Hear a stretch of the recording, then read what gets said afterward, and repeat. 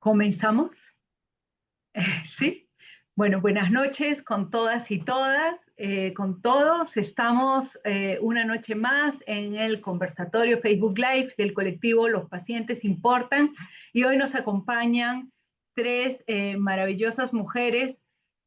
Muy interesante lo que vamos a conversar el día de hoy sobre SYNGAP.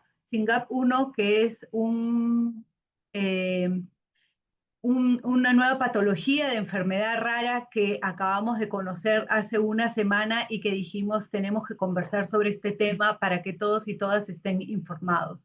Entonces, el día de hoy vamos a conocer para diagnosticar y tratar una enfermedad rara que se llama SYNGAP1. Y para ello nos acompañan la doctora Sandra Catalina Mesa Restrepo, Carolina Cárdenas Vargas y Victoria Arteaga. Y vamos a comenzar con la doctora Sandra Catalina Mesa Restrepo. Ella es neuropediatra, coordinadora del servicio de neuropediatría del Hospital Pablo Torón Uribe y catedrática de neurología infantil y pediatría. Bienvenida, Sandra. Muy buenas noches, muchas gracias a ustedes por la invitación eh, para hablar de este tema que realmente, como tú dices, es apasionante. Eh, Cuando nosotros tuvimos los primeros pacientes en 2018, pues también fue una novedad y empezamos a interesarnos, a investigar y pues ahora ya hemos logrado aumentar el número de pacientes diagnosticados en el país y se está adelantando también en el mundo varias investigaciones, pues para brindar un tratamiento integral a los pacientes que tienen encefalopatía epiléptica y del desarrollo relacionadas con el gen SYNGAP1. Eh, ¿De qué se trata este trastorno, no? Esta patología es reciente.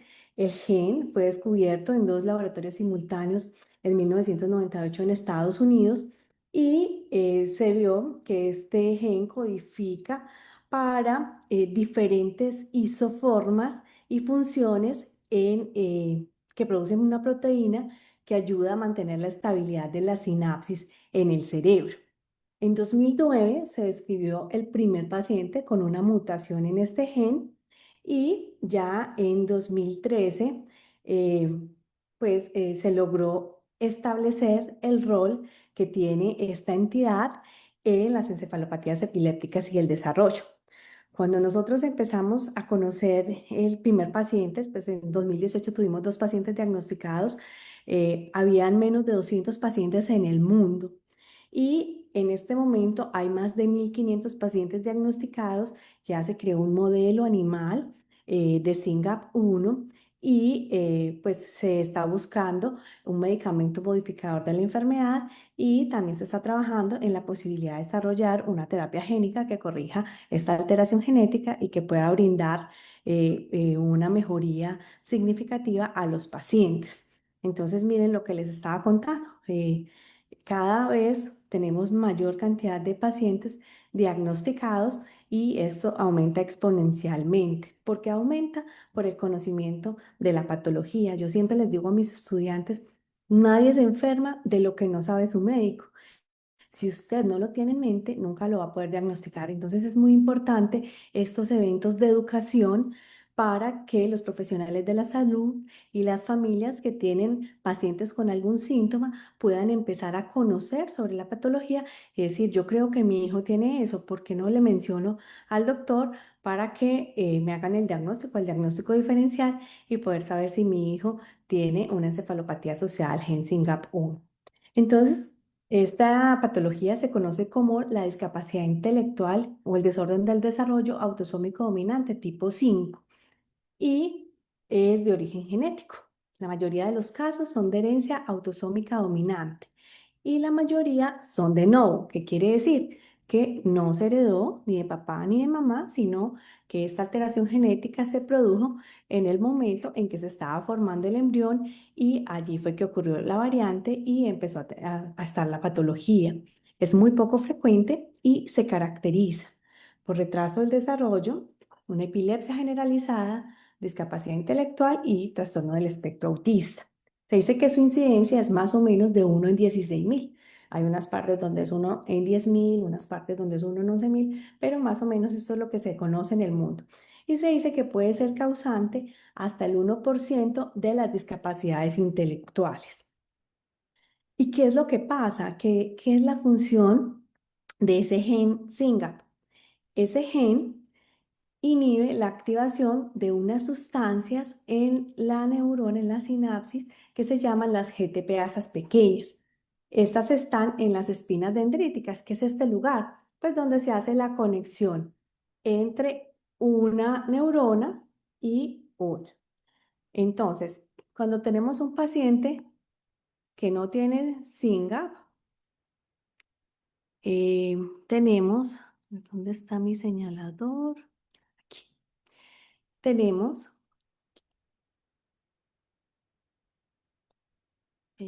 Portero láser, muy bien. Tenemos acá el gen, es donde está ubicado, y este controla estas GTPasas, ¿cierto? Que llevan a activar este ERK y a crear una proteína translacional, y eso hace que se inserte el glutamato, se active el receptor de AMPA y se externalice ese receptor para que llegue el neurotransmisor, ¿cierto? Ahí es lo que ocurre normalmente. Cuando tenemos la función de SYNGAP, nadie controla la transcripción de esas GTPasas. Entonces, no podemos suprimir la activación y se genera un aumento de esa proteína translacional que va a llevar a que se externalicen varios receptores y aquí se unen muchos transmisores y se pierde ese balance entre la excitación y la inhibición de la neurona. Y esto lleve a las descargas epilépticas y a que no se pueda realizar la función de sinaptogénesis, que es lo que está encargado de este gen. Entonces, hay una reducción de niveles de la proteína SYNGAP que provoca un aumento de la señalización y esto resulta en que llega mucho receptor AMPA y se excita de manera excesiva todo el circuito neuronal. Se dice la mayor cantidad de SYNGAP se necesita en el cerebro. Miren, cuando se midan diferentes tejidos en embriones, que en el cerebro es donde más cantidad hay. En las etapas fetales hay mínimas cantidades de SYNGAP en otros tejidos, pero el cerebro es el que necesita SYNGAP.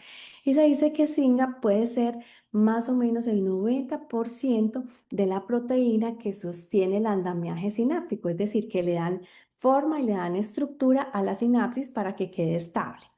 Acá vemos toda la vía y vemos por qué SYNGAP se parece a las rasopatías, ¿cierto? Porque están en la misma vía.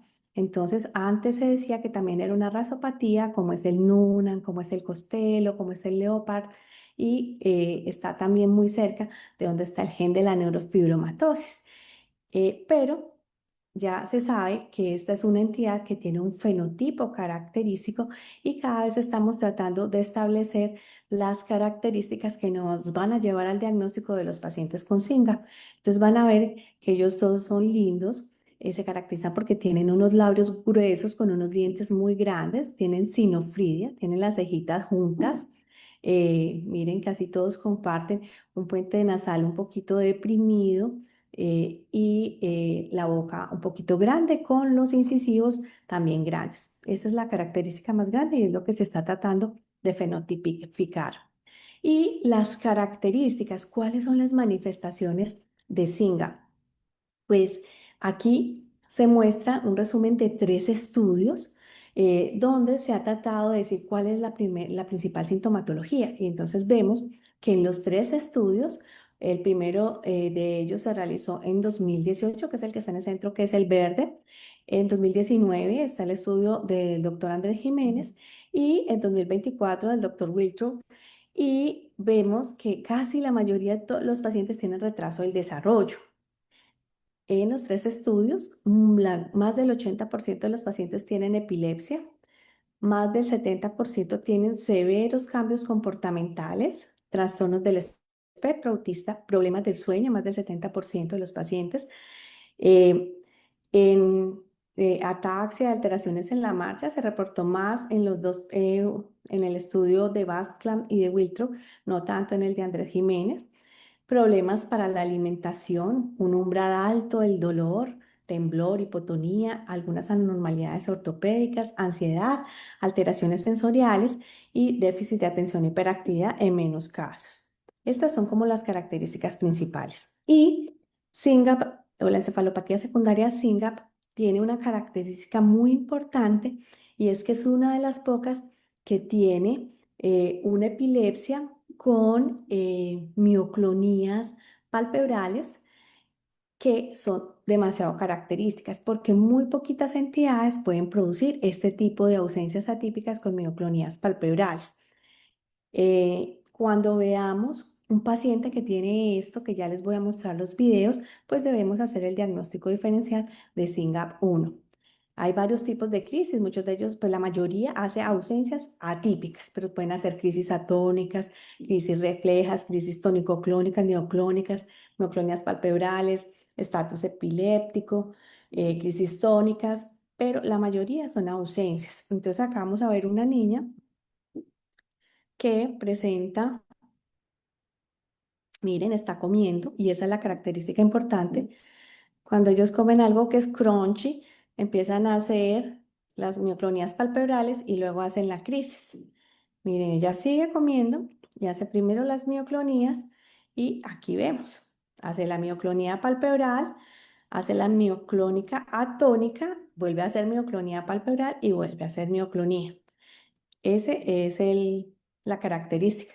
Acá vemos una paciente que le hicimos un electro prolongado y cuando comía se veía este cambio. Entonces estaba comiendo y empezaba una actividad generalizada.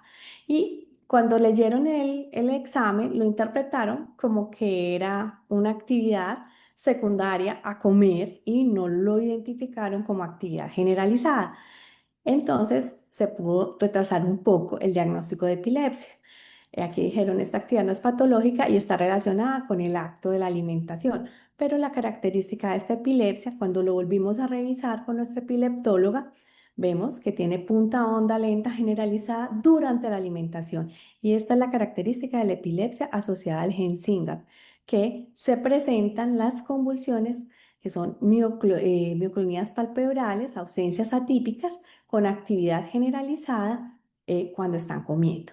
Y esta paciente pues se diagnosticó con una variante patogénica en el gen SYNGAP.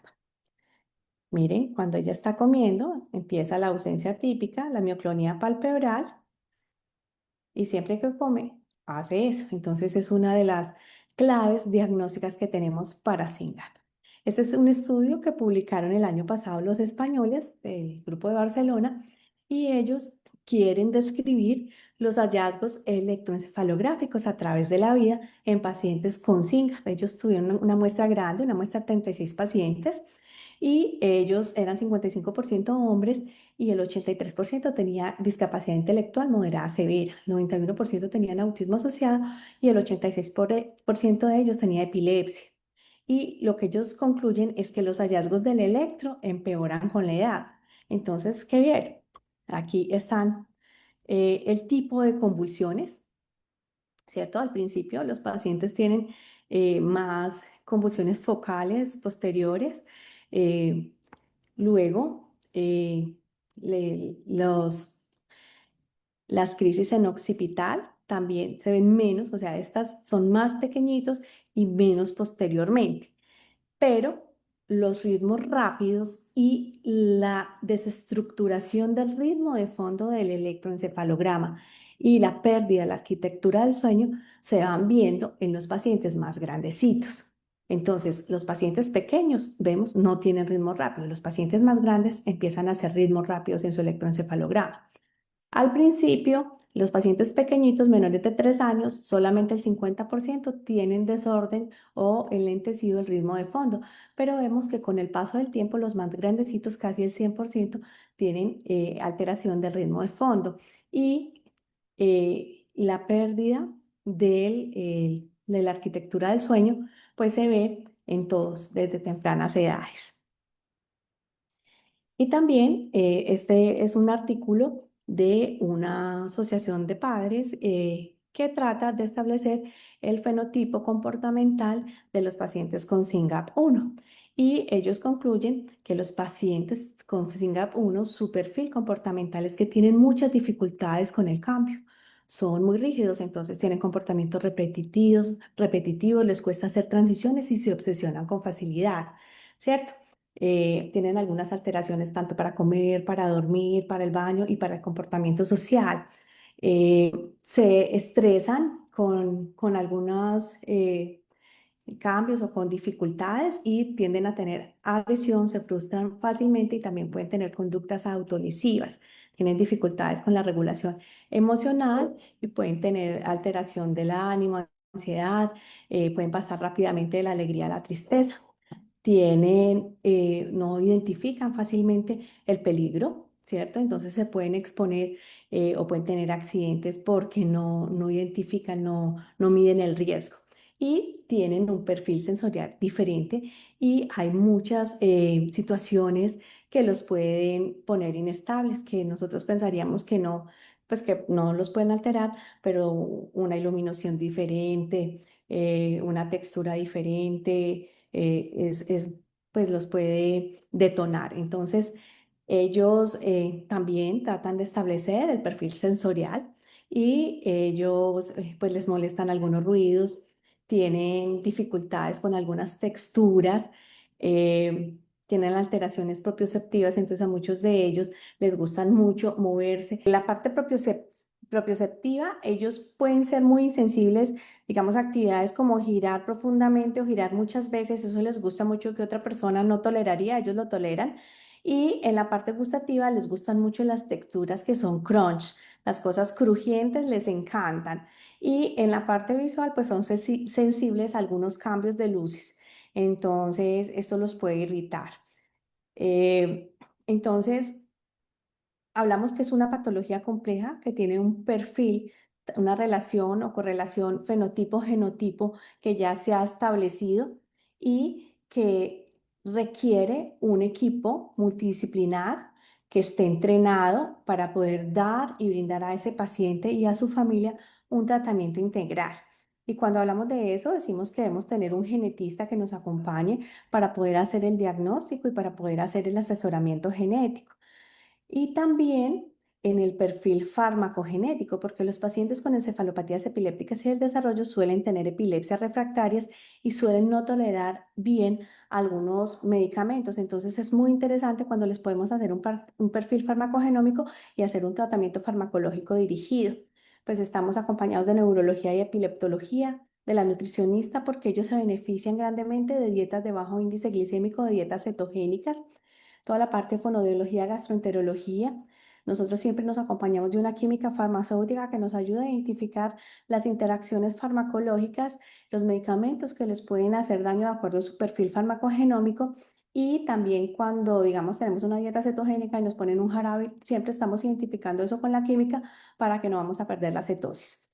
Siempre hablamos con cuidado intensivo para tener metas fijas de tratamiento y para tener un plan por si los pacientes llegan a ingresar a unidad. Pediatría para vigilar todos los problemas del crecimiento, todos los problemas del metabolismo fosfocálcico y pues los problemas típicos de los niños. Nos acompañamos con cuidado paliativo en muchas de las ocasiones, sobre todo en aquellos pacientes con epilepsias de comportamiento muy refractario. En nuestro caso, nuestro programa de enfermería nos ayuda desde el contacto entre la familia eh, y el equipo.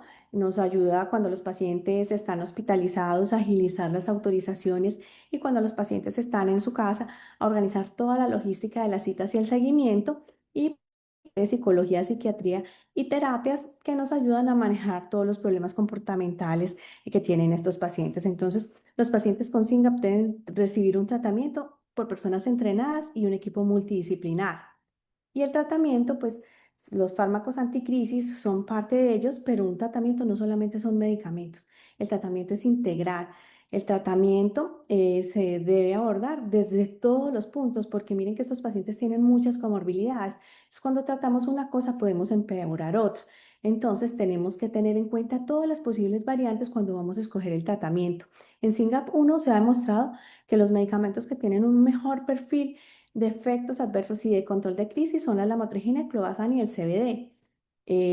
Pero se pueden utilizar algunos otros fármacos. Hay unos que nos recomendamos si son aquellos que afectan la conducta o el sueño. Digamos, un paciente que tiene alteración conductual y alteración del sueño, le ponemos levetiracetam, pues se nos va a empeorar. Entonces, debemos escoger el medicamento de acuerdo a todas las características del paciente, mirar cómo es su conducta, si tiene trastorno o no del sueño, si es atáxico, porque a veces les ponemos unos medicamentos que empeoran la ataxia. Entonces, esto no va a favorecer. Y si ahora también se están investigando otros tipos de sustancias como la N-acetileucina, es el tanganil que nos ayuda con ataxia, los ayuda a tener movimientos más precisos y hay varias investigaciones en curso. Y la dieta cetogénica como parte de la terapia que no solamente nos ayuda con el control de la epileptogenicidad, sino que también nos ayuda con los comportamientos. Entonces es muy importante dar un tratamiento integral y personalizado. Cada paciente es un mundo aparte. Y esta es la investigación, cómo van las investigaciones que han sido patrocinadas por los fondos de investigación de padres, que esto es lo más bonito, que estos papás no solamente se han quedado con que tengo un hijo diagnosticado, sino que son muy activos en la producción de conocimiento acerca de la patología y pues tenemos ya varios medicamentos en curso, algunos de ellos ya con pruebas en humanos en fase 3 y pues esperamos que pronto podamos ofrecer tratamiento más personalizado que ayude a recuperar la función del gen para producir proteína y podamos tener modificación de la patología. Entonces, recuerden siempre, si yo no lo pienso, no lo diagnostico. Es una patología poco frecuente, pero no es que no haya, lo que pasa es que no se diagnosticaba. Entonces, últimamente ha aumentado mucho el número de pacientes porque ha aumentado el conocimiento. Siempre trabajo colaborativo, no podemos ser islas, tenemos que trabajar todos en conjunto en pro de la familia y el paciente. Entonces, hacer redes colaborativas, redes de apoyo con las familias y los profesionales. Hay que reconocer tempranamente los síntomas y las complicaciones para que las cosas no empeoren, porque si un niño con epilepsia no duerme, pues convulsiona más. Entonces, tengo que tratar todas esas comorbilidades y siempre pensar cuáles son los efectos adversos del medicamento que voy a escoger para no empeorar otra cosa. Y siempre se requiere pues más investigación, se requiere que nos unamos, que podamos diagnosticar, que tengamos nuestros pacientes siempre caracterizados, que los tengamos reconocidos, porque cuando salen investigaciones, siempre los pacientes son de otra parte, pero si nosotros tenemos muchos pacientes, entonces que no nos quedemos atrás en tener nuestros pacientes, porque si sale un ensayo clínico, yo digo, mira, yo tengo 10 pacientes acá, estas son sus mutaciones y tengo toda la base de datos y los tengo todos caracterizados, ¿cierto? Entonces, ya nos volvemos interesantes para realizar las investigaciones y para que nuestros niños se puedan beneficiar también de los ensayos clínicos de nuevas terapias y nuevos medicamentos. Entonces, si nos unimos, vamos a poderlos diagnosticar. Si no lo sospechas, nunca lo vas a diagnosticar. Entonces, eso era lo que les quería contar el día de hoy. Muchas gracias por su atención. Muchas gracias, doctora Sandra Catalina. Le quiero hacer una consulta porque ha habido una pregunta y creo que es justo de lo que ha estado hablando usted sobre Claro que el sí. electro prolongado, de cuántas horas sería para que se detecte bien los tipos de epilepsias, porque los que Mira, duran 30 minutos, su resultado da normal, eso, preguntan. eso depende del paciente. ¿Por qué? Porque si yo tengo un paciente que convulsiona 100 veces al día, pues probablemente en un electro de media hora voy a poder ver una crisis, en un electro convencional. Y también depende de la edad. Yo en niños pequeños generalmente hago electros de 3 horas, pero un paciente con SIGAP quedarse 3 horas a veces es muy complejo. Entonces depende de la frecuencia de crisis, ¿cierto? Si ese paciente me hace una crisis cada semana, pues de pronto yo le puedo pedir 24, 48 horas y le hago maniobras facilitadoras, como que, como ponerlo a hacer suspensión de medicamento, ¿cierto? Pero si es un paciente con alta frecuencia de crisis, pues probablemente él va a convulsionar más seguido y yo le puedo hacer un electro más corto, con 4 horas, con 6 horas, voy a tener un resultado. Entonces eso se individualiza de acuerdo a la frecuencia de crisis del paciente. Si yo quiero caracterizarlo bien, no es un paciente que convulsiona mucho, pero quiero mirar cómo está el ritmo de fondo, cómo es el sueño, pues probablemente le haga 12 horas nocturnas para mirar si tiene descargas en sueño, si tiene los grafoelementos bien, si tiene bien el ritmo de fondo, porque no solamente miramos las convulsiones, miramos también todo lo otro, la encefalopatía. Si yo tengo muchas descargas en sueño, pues probablemente me porte muy mal en el día. Entonces, tengo que tratarlo. Entonces son muchos los factores. Entonces eso se escoge de manera individual, de acuerdo al paciente. Si tú haces una excelente historia clínica y un buen examen físico, no son muchos los exámenes que tienes que pedir para confirmar y para mirar cómo está el paciente, porque lo principal en estos casos es la clínica. Perfecto, muy claro, doctora Sandra, muchísimas gracias. ¿Hay alguna otra Ahora, pregunta ahorita no hay otra pregunta, al final? pero las van haciendo mientras que va. Bueno, hay otra, es ¿por cuánto tiempo un niño puede estar con dieta cetogénica? Bueno, eso es algo que es un poco controversial. Lo que dicen los primeros artículos es que 2 años estricto y que luego se puede pasar no a una dieta convencional, sino a una dieta modificada, ¿cierto? Que es una dieta de comida con fórmula o solo con comida y con alta en grasas. Pero hay algunas patologías y cada vez sale un nuevo conocimiento sobre que las dietas pueden ser un poco más prolongadas. eh, sobre todo en aquellas que son de origen genético, porque si usted no ha corregido el defecto genético, pues va a seguir teniendo el potencial epileptogénico, ¿cierto? Entonces, lo mismo que les digo, eso depende del paciente. A mí me encantan las dietas cetogénicas, o sea, yo mínimo le tengo a mi paciente una dieta de bajo índice glicémico y le enseño a los papitos cómo mirar cuál es el índice glicémico de los alimentos, que prefieran alimentos con índices glicémicos menores de 50 y esto hace que el comportamiento mejore un montón y que se disminuya la epileptogenicidad, porque los cuerpos cetónicos van directo a corregir el problema de la epilepsia. No solamente es anticonvulsivante, sino también antiepileptogénico. Entonces es muy bueno todas las terapias de los pacientes que tienen encefalopatías epilépticas y el desarrollo, acompañarlas de dieta cetogénica o de dieta de bajo índice glicémico.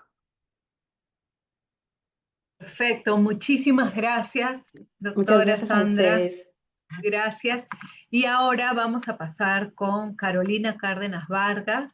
Ella es magíster de enfermedades raras, especialista en neuropsicología, docente de posgrados de neuropsicología y neurorehabilitación. Además, es investigadora del Grupo GIDIAL, miembro del Comité Científico de la Fundación Internacional del Cuidado y Apoyo FICA, y es quien nos contactó y nos contó de esta nueva patología que nos va a comentar ahora un abordaje. Este abordaje, lo que me ha encantado es que lo han hecho de manera integral y diverso, ¿no? Viendo desde las distintas áreas. Bueno, adelante, Carolina, bienvenida. Bueno, Sofía, muchísimas gracias por la presentación, gracias por esta maravillosa oportunidad, gracias al colectivo Los Pacientes Importan. Siempre, así como lo dice su nombre, primero el paciente, la familia, y sabemos que ustedes hacen una gran labor para todos los pacientes en Perú y en Latinoamérica. Entonces, muchas gracias por esta maravillosa invitación. Bueno, quiero compartirles algunas orientaciones para el diagnóstico, apoyo psicosocial y abordaje de SINGAP 1. Creo que muy alineado con lo que la doctora Sandra Catalina nos acaba de compartir. Hemos visto que es muy importante y siempre que tenemos la oportunidad de hacer estos eventos educativos de divulgación de conocimiento, transferencia de conocimiento, hacemos especial énfasis en la importancia del diagnóstico temprano y oportuno. Si tenemos en cuenta que el neurodesarrollo infantil implica esto que se va desarrollando a través del tiempo y especialmente cuando un niño nace durante sus primeros años, meses de vida, vemos que hay varias dimensiones que se van desarrollando y que si se estimulan tempranamente, podemos lograr que esos trastornos que pueden estar asociados al neurodesarrollo infantil vayan teniendo un ajuste en el funcionamiento que permita mejorar la calidad de vida de los pacientes, no solamente con SINGAP 1, sino con todos aquellos enfermedades raras que pueden cursar con trastornos del neurodesarrollo. Entonces me gusta siempre presentar esta gráfica que nos muestra entonces que el neurodesarrollo infantil tiene que ver con el desarrollo sensorial, el desarrollo motor, el desarrollo del lenguaje y muy importante que siempre pensemos en el desarrollo emocional y en el desarrollo de la socialización como parte de esto que llamamos el neurodesarrollo infantil. Entonces, es muy importante que pensemos siempre en que los primeros años de vida es muy importante la intervención. Entonces, si hacemos un diagnóstico temprano, conociendo esas características clínicas, especialmente de enfermedades que son poco frecuentes, podemos comprender que es muy importante esos primeros 6 años de vida para hacer todo lo que se llama la intervención por algo que se llama la plasticidad cerebral o la neuroplasticidad. ¿Qué significa esto? Que en esos primeros 5 años de vida hay un aprendizaje continuo por esa capacidad, yo la llamo resiliente del cerebro, que logra compensar y con la estimulación organizada y la intervención a través de las terapias, hacer un tratamiento temprano, oportuno y pertinente. Entonces, muy importante aprovechar como una ventana de oportunidades esos primeros años de vida para que se logre esos ajustes que esperamos que con el tiempo se vayan desarrollando de manera funcional. Em, Hay varios diagnósticos que cursan con trastornos del neurodesarrollo cuando hablamos de enfermedades poco frecuentes, raras o huérfanas, que comparten estos trastornos del neurodesarrollo y que esas son características clínicas que pueden ser comunes. Por ejemplo, el síndrome de Cornelia de Lange, el síndrome de Williams, el síndrome de Noonan, X frágil, Angelman, Prader-Willi, 18q y que pueden tener características muy similares, que hacen parte de lo que llamamos trastornos del neurodesarrollo, como el trastorno del comportamiento, los trastornos neurosensoriales, el déficit cognitivo, los trastornos del sueño, las conductas de autismo. ¿Y por qué menciono esto? Porque aquí es muy importante tener en cuenta que hay que hacer un diagnóstico diferencial que permita, de acuerdo a las características clínicas de cada paciente, poder diagnosticar con mayor precisión porque se pueden confundir estos diagnósticos. Entonces, por ejemplo, podemos pensar que las conductas de autismo es porque es un niño que tiene un trastorno del espectro del autismo. Y puede ser que esas conductas de autismo nos esté mostrando una señal de alarma a la cual le podemos agregar un poco más de énfasis en el diagnóstico para poder hacer ese diagnóstico diferencial. Entonces, como lo explicaba la doctora Sandra Catalina, asociado al SINGAP1, según los estudios recientes, como lo mencionaba ella y lo menciono también en mi diapositiva, el 91% de los pacientes aproximadamente pueden presentar la epilepsia asociada. ¿Por qué es importante identificarla, diagnosticarla? Conocer esas manifestaciones tempranas. Muchas veces los papitos nos dicen en las consultas, es que yo veo unos movimientos raros, es que veo movimientos en los ojos que no son normales, a mí me llama la atención y ustedes los padres son expertos en darnos como esas claves para un buen diagnóstico temprano, oportuno y diferencial. Entonces, entre más tempranamente podamos conocer esas manifestaciones clínicas de la epilepsia, menos va a ser como ese impacto a nivel del desarrollo neurológico porque vamos a lograr hacer un tratamiento temprano y de acuerdo a esas características individuales y diferenciales, poder evitar que ese desarrollo cognitivo y el aprendizaje se vea mayormente afectado. Y aquí es muy importante, como le explicaba también la doctora Sandra, la adherencia al tratamiento farmacológico, la vigilancia, el monitoreo y el seguimiento e incluso la investigación de los efectos del tratamiento para poder hacer esos ajustes que hay que hacer de acuerdo a cómo vayan evolucionando los pacientes.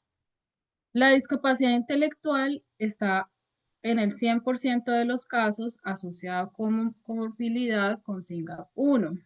¿Qué implica que un paciente con SINGAP1 u otra enfermedad rara como el SINGAP1 que cursa con trastornos del neurodesarrollo como lo hemos visto, implica para ese paciente que hayan trastornos del aprendizaje asociados, es decir, que la atención del aprendizaje de estos pacientes debe ser diferencial y aquí un llamado para las instituciones educativas, los docentes y todos los que participamos en los procesos de atención, porque debido a ese retraso en el desarrollo cognitivo, es muy importante que podamos hacer esos ajustes en las instituciones educativas que permitan la inclusión, que permitan garantizar esas posibilidades de desarrollo en los entornos educativos regulares, preferiblemente, y que haya siempre un acompañamiento de acuerdo al plan de ajustes razonables, como le llamamos, por ejemplo, en Colombia, para que realmente pueda ser una educación diferencial. ¿A qué está asociada esta discapacidad intelectual? Como lo explicaba la doctora Sandra, cuando hay dificultad en la conexión sináptica, se presenta la alteración del desarrollo cognitivo y el buen funcionamiento neurológico. Entonces, es muy importante el diagnóstico, la caracterización de la discapacidad intelectual y de las necesidades educativas diferenciales para la inclusión y la atención educativa. Asociado también podemos encontrar los trastornos del comportamiento y qué bueno e importante lo que nos contaba la doctora Sandra, porque cuando tenemos una caracterización fenotípica, es decir, que se repite o es característico común en varios pacientes, en una muestra importante de pacientes, podemos ver entonces que esto puede facilitar el diagnóstico diferencial y volvemos a este diagnóstico que estamos llamados a hacer desde la clínica para que podamos diferenciar cuándo se pueden presentar estos problemas de comportamiento asociados a una condición como SYNGAP1 y cuándo hace referencia a otros diagnósticos que pueden cursar con características clínicas similares. Entonces, dicen las investigaciones y los estudios importantes que se han hecho recientes que el 80% de los casos aproximadamente, como también lo mencionaba la doctora Sandra, está asociado al autismo. ¿Qué es importante además de hacer un buen diagnóstico de esas características de manera diferencial, particular, de acuerdo a las características de desarrollo de cada paciente? Que podamos hacer un abordaje temprano, oportuno, adecuado y pertinente para que esas características que pueden afectar la interacción social, el desarrollo de las habilidades sociales, la inclusión y la participación pueda tener un menor impacto en la funcionalidad y en la calidad de vida de los pacientes.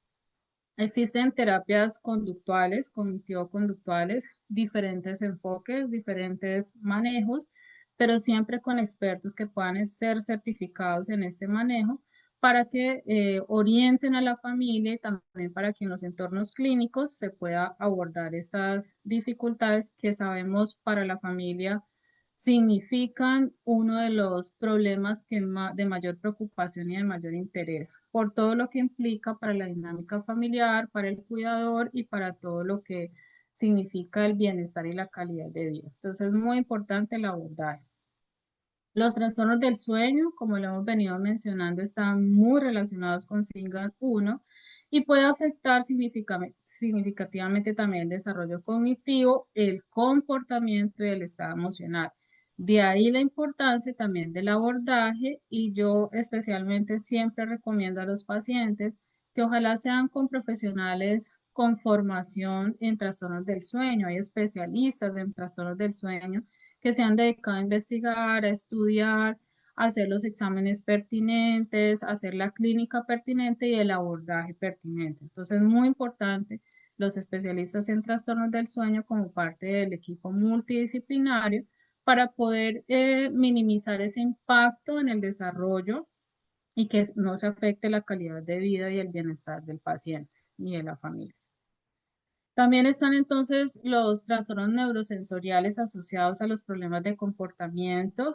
Es muy importante, siempre recomiendo a los pacientes que hayamos identificado en asocio a su condición un trastorno del neurosensorial que hace parte de los trastornos del neurodesarrollo por alteraciones o un perfil atípico del procesamiento sensorial, como lo explicaba también la doctora Sandra, y es muy importante que siempre de la mano con terapias especializadas en integración sensorial, hay profesionales que se especializan en esta disciplina, que se forman, que se certifican y que junto con los otros profesionales pueden ayudar, por ejemplo, a identificar cuáles son esos estímulos detonantes en casa, en la escuela, en el ambiente terapéutico, que pueden estar llevando a respuestas que conducen posteriormente a alteraciones emocionales y conductuales, autolesiones y por respuesta o hipersensibilidad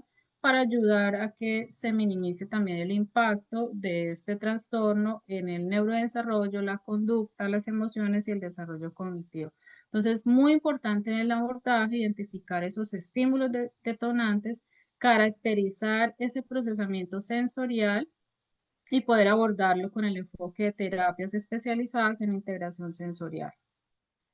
También vemos que en los pacientes con SYNGAP1 está afectada la funcionalidad de la comunicación porque usualmente hay trastornos del lenguaje, nosotros los llamamos mixto, es decir, que son pacientes que tienen dificultades tanto para comprender las instrucciones verbales, las órdenes que implican la comprensión de una orden o de una indicación, pero también y especialmente la expresión del lenguaje a través de la comunicación oral. Usualmente predomina la comunicación no verbal y eso afecta la funcionalidad comunicativa. En caso de SYNGAP, depende de la ubicación de la mutación, es decir, depende de la característica genotípica de ese paciente, asimismo va a ser el compromiso de la funcionalidad de la comunicación. Muy importante para la intervención, el lenguaje, porque en la mayoría de los casos, yo diría que en un 90%, si el paciente tiene limitaciones en la comunicación, en asocio hay una alta probabilidad de que hayan problemas del comportamiento. ¿Por qué? Porque son niños que no pueden comunicarse, que se frustran, que no se sienten comprendidos, que no tienen manera de comunicar sus emociones, que no tienen manera de comunicar sus necesidades y en la vida funcional, en la vida cotidiana, se puede ver afectada esta parte. Muy importante como recomendación a nivel terapéutico que se implementen los sistemas de comunicación alternativos y aumentativos de la mano de los profesionales, logopedas, terapeutas del lenguaje, fonoaudiólogos, como se llama en cada país, que tengan enfoque preferiblemente y certificaciones especializadas en esta implementación de sistemas de comunicación, que tengan conocimiento de esta posibilidad y de la mano con los otros profesionales lo puedan hacer e implementar. Incluso yo en el caso de muchos pacientes le recomiendo a la familia aprender de manera natural lo que se llaman señas naturales, no necesariamente cuando ya vemos que definitivamente la oralización es difícil en estos pacientes. Entonces, por ejemplo, aprender una seña que signifique naturalmente comer, ir a dormir o quiero jugar y que todos en la familia lo aprendan para que el paciente pueda comunicarse a través de esas señas naturales. O funciona muy bien los pictogramas, los ambientes gráficos y todo aquello que pueda facilitar la comunicación. Otros aportes para la intervención, así como también muy bien lo describía la doctora Sandra, es muy importante el abordaje biopsicosocial, es decir, tratar la clínica de los pacientes, pero también dependiendo de la condición clínica de cada uno, de manera diferencial hacer un plan de abordaje, preferiblemente donde participen, se comuniquen los profesionales, que podamos ver de manera integral la familia, la persona con el diagnóstico, que nos comuniquemos entre nosotros para hacer estos planes de tratamiento, es lo ideal y que se haga un abordaje sistémico de la mano con los especialistas, los terapeutas y los profesionales que somos llamados a intervenir.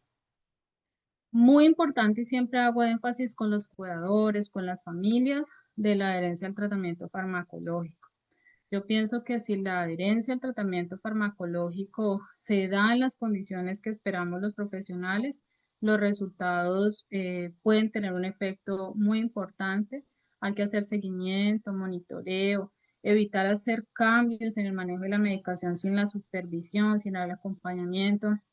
Yo sé que para muchos familiares no es fácil de pronto el manejo farmacológico, hay miedos, hay expectativas de pronto del impacto que puede tener el manejo farmacológico, pero siempre importante informarse, conocer cuáles son los efectos, para qué son importantes, qué es lo que van a manejar en cada patología y de la mano con los especialistas siempre velar porque haya adherencia al tratamiento. Y muy importante, y siempre me gusta decirlo en las presentaciones que hacemos en la transferencia de conocimiento, y aquí es un llamado para las asociaciones, para los grupos de pacientes, los grupos de familias, y es importante la intervención psicosocial. Muy importante el abordaje de la familia es fundamental, el cuidador es muy importante para la adherencia al tratamiento. Sin ustedes nosotros no podríamos funcionar bien tampoco. Ustedes son muy importantes para nosotros, familiares, hermanos, padres, abuelos y los cuidadores que están allí 24/7. Entonces, es el llamado para que esa intervención psicosocial siempre sea muy fuerte a través de programas de entrenamiento con los cuidadores, a través de la orientación de cómo hacer para que la familia sea un entorno seguro, protector, estructurado, donde se controlen de pronto al máximo con la orientación esas variables o esos detonantes que pueden llevar, por ejemplo, a una crisis conductual o a algo que le pueda estar afectando el bienestar al paciente.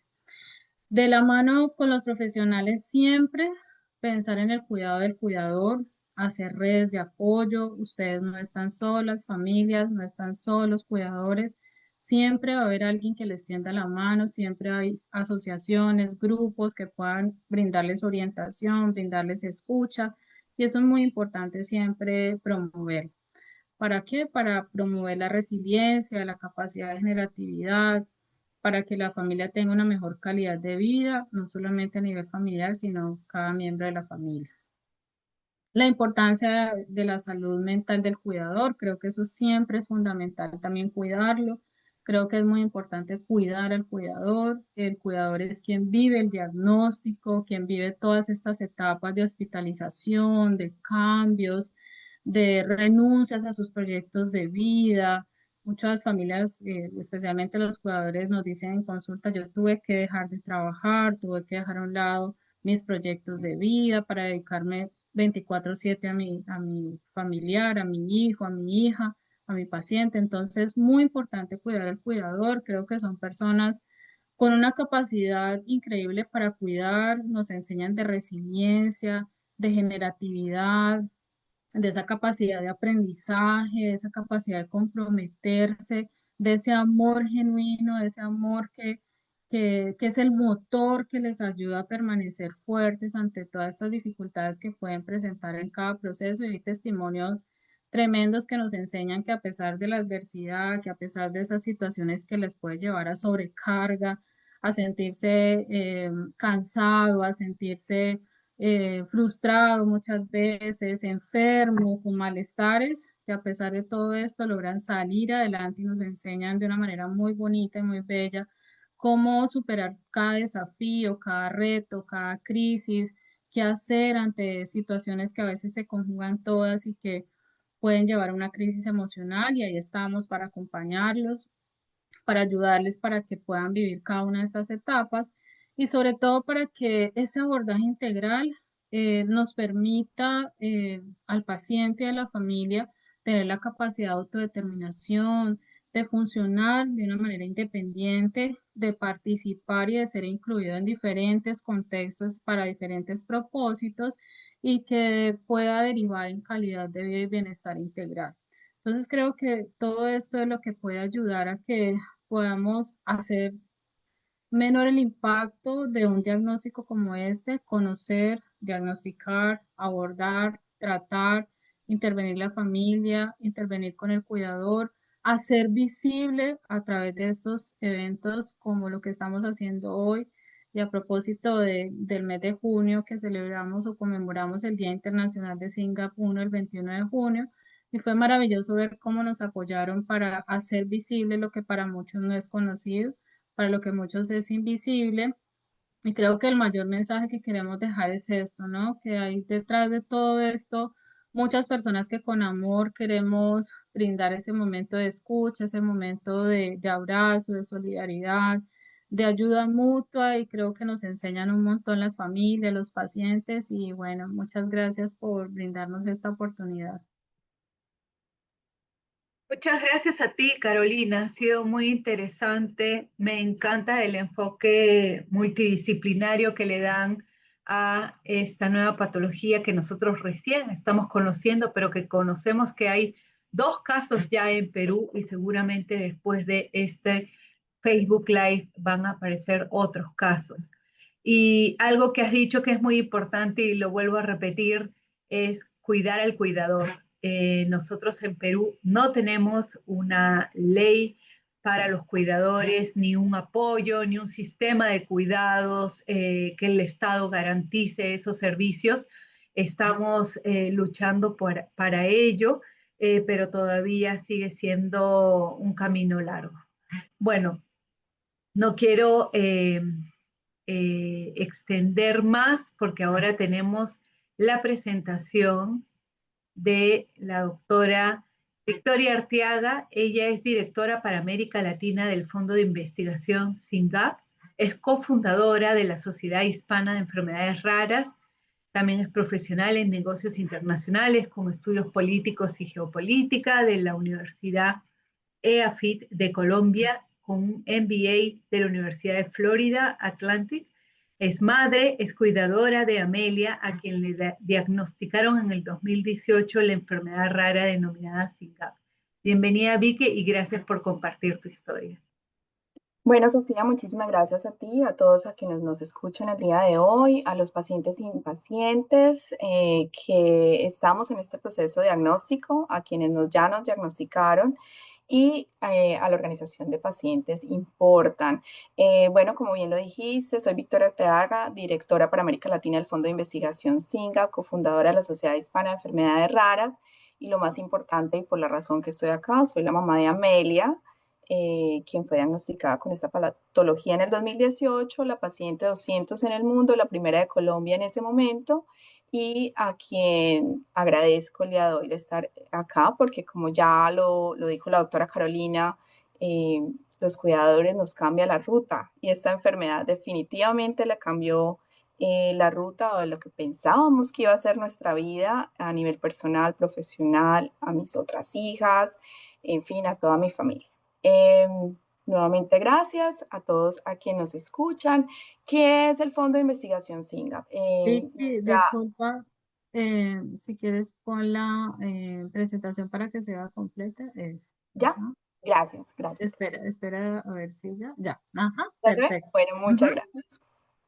Nosotros transformamos la vida de las personas afectadas por el trastorno relacionado con SINGAP 1 con el objetivo de impulsar la investigación de manera pionera, el apoyo comunitario y la colaboración global para encontrar tratamientos efectivos que puedan mejorar la calidad de vida de nuestras personas.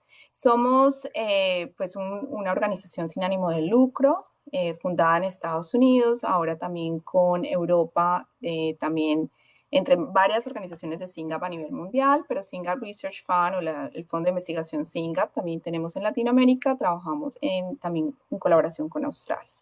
La idea es acelerar los descubrimientos para crear una comunidad de apoyo con las familias afectadas con esta rara condición genética.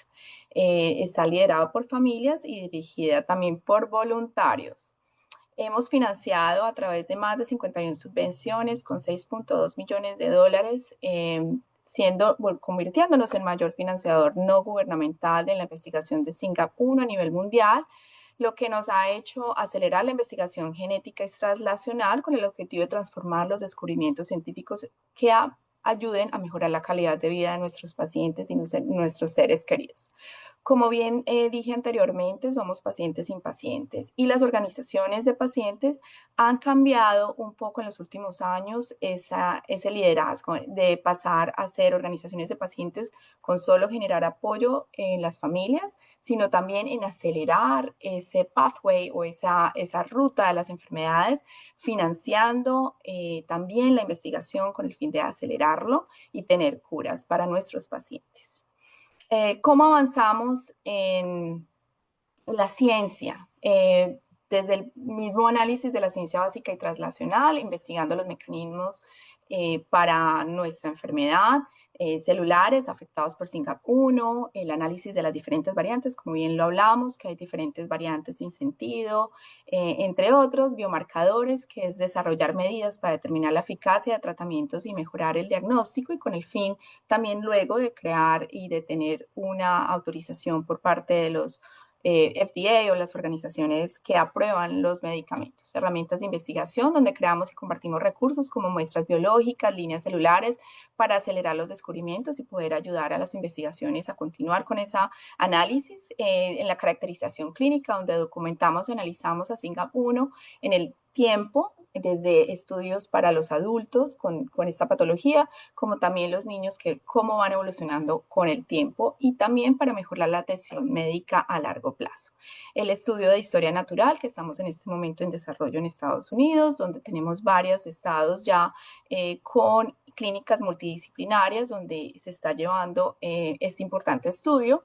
Y la reutilización de medicamentos, donde buscamos también medicamentos que ya existen y ya están aprobados para otras enfermedades que puedan ser beneficiosos, como en el caso de Tanganil, que pueda reducir a corto plazo la atención pública y puede también acelerar el proceso de reutilización y aprobación. Los artículos de investigación han aumentado, hay un récord de las publicaciones en SYNGAP y claramente viene desde la creación del Fondo de Investigación SYNGAP y también todos los esfuerzos de todas las organizaciones mundiales de SYNGAP1 en el conocimiento, en la educación, en crear todos estos espacios para poder saber más de SYNGAP1, porque no se diagnostica lo que no se conoce, como bien dijo la doctora Sandra Catalina. En el caso de encontrar un tratamiento, pues colaboramos totalmente con la academia, con la industria para desarrollar esos medicamentos, y como ya lo hablamos un poco anteriormente, y para no alargarnos acá, pues buscamos que en ese pipeline ya tengamos moléculas y tengamos otros tratamientos de precisión que puedan llegar todavía en estado preclínico, ya van a empezar en ensayos clínicos en humanos para llegar a nuestros pacientes. Lo más importante y donde me voy a enfocar rápidamente es donde educamos, apoyamos, tenemos activar la comunidad de pacientes de SYNGAP a través de la educación, proporcionando recursos actualizados sobre SYNGAP, desde información básica hasta los últimos avances científicos adaptados para las familias y profesionales. Creamos un apoyo, espacios seguros donde las familias pueden compartir sus experiencias, estrategias, esperanzas, fomentando la conexión entre nosotros, porque a pesar de que no hay una cura, no estamos solos, sabemos, entendemos esta patología, ¿quién más que nosotros los cuidadores?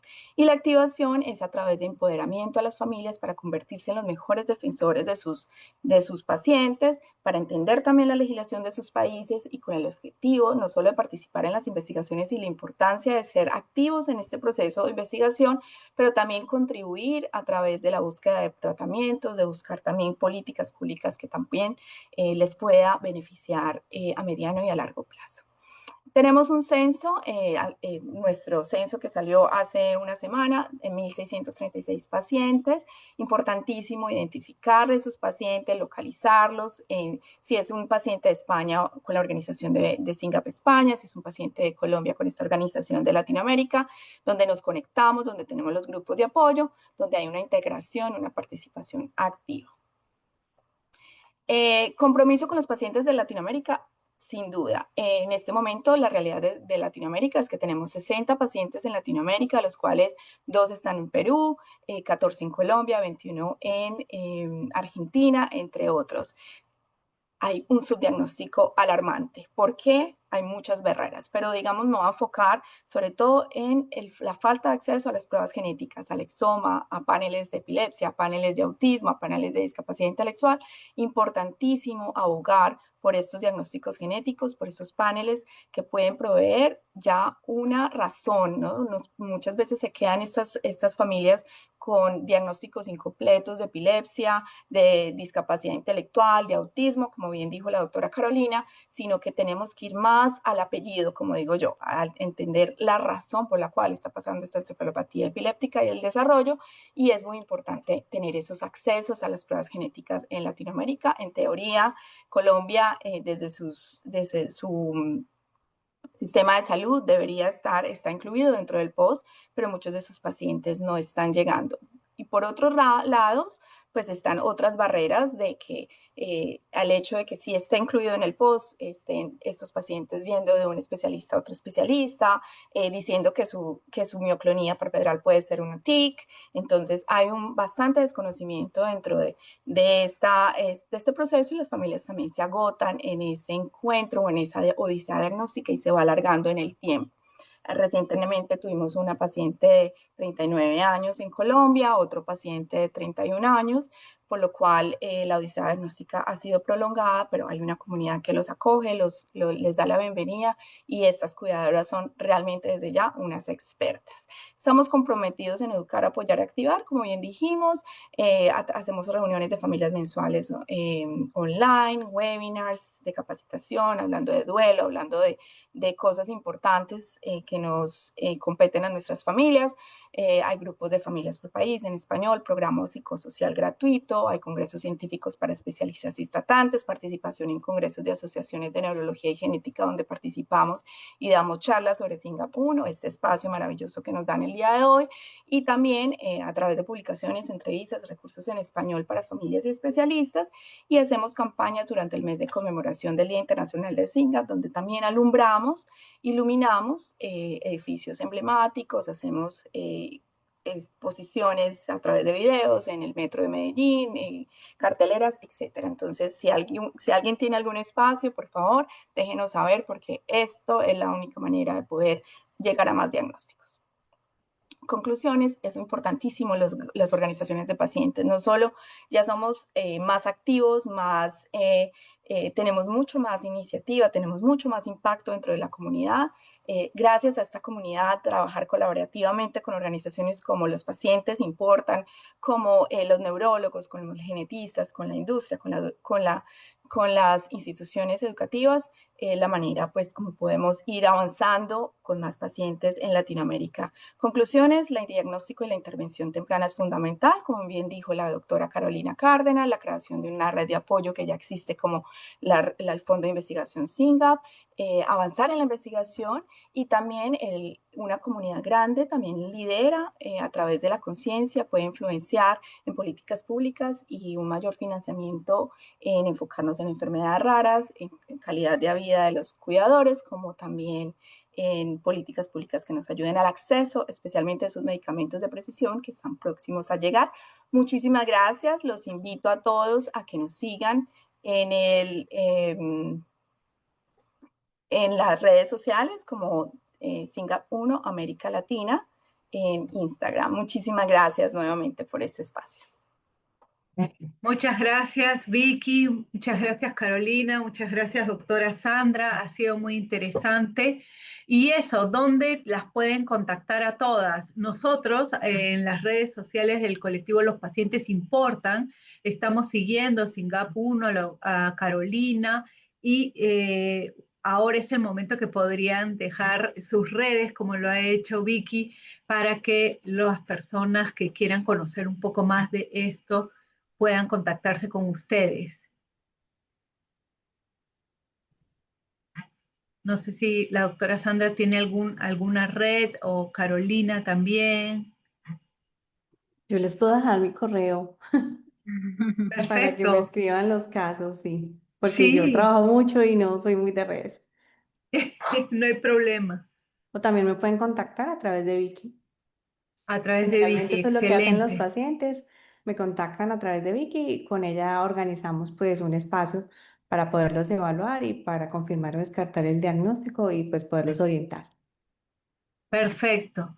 Entonces ya ustedes saben que se pueden contactar con SINGAP 1.